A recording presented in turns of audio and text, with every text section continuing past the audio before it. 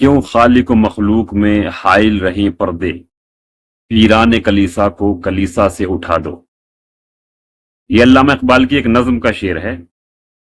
اس شعر کا آسان زبان میں مفہوم یہ ہے کہ علامہ اقبال یہ کہنا چاہ رہے ہیں کہ خدا اور بندے کے درمیان کوئی پردہ نہیں ہونا چاہیے، کوئی رکاوٹ نہیں ہونی چاہیے۔ جیسے کہ یہ عام تصور ہے پرانے زمانے سے کہ جو پادری یا ملا مولوی یا پنڈت یا بابا لوگ جو ہیں یہ خدا سے ملاتے ہیں بندے کو، تو یہ ایک طرح سے پردہ ہیں، یہ ایسا نہیں ہونا چاہیے، ان کی ضرورت نہیں پڑنی چاہیے خدا تک پہنچنے کے لیے۔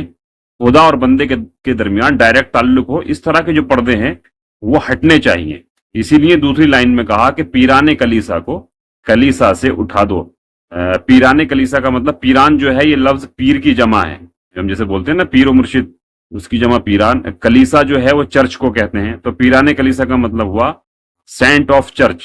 تو وہ کہہ رہے ہیں کہ سینٹ آف چرچ کو چرچ سے ہٹا دیا جائے تاکہ بندے اور خدا کے درمیان کوئی پردہ حائل نہ رہے۔ حائل کہتے ہیں بیچ میں آنے والی چیز کو، کوئی بیچ میں اوٹ آ جاتی ہے، آڑے آنا کسی کا، اس کو حائل آنا کہتے ہیں۔ اور خالق کہتے ہیں کریٹر کو، پیدا کرنے والے کو، بنانے والے کو، اور مخلوق کہتے ہیں جس کو پیدا کیا گیا ہو، یعنی کریشن۔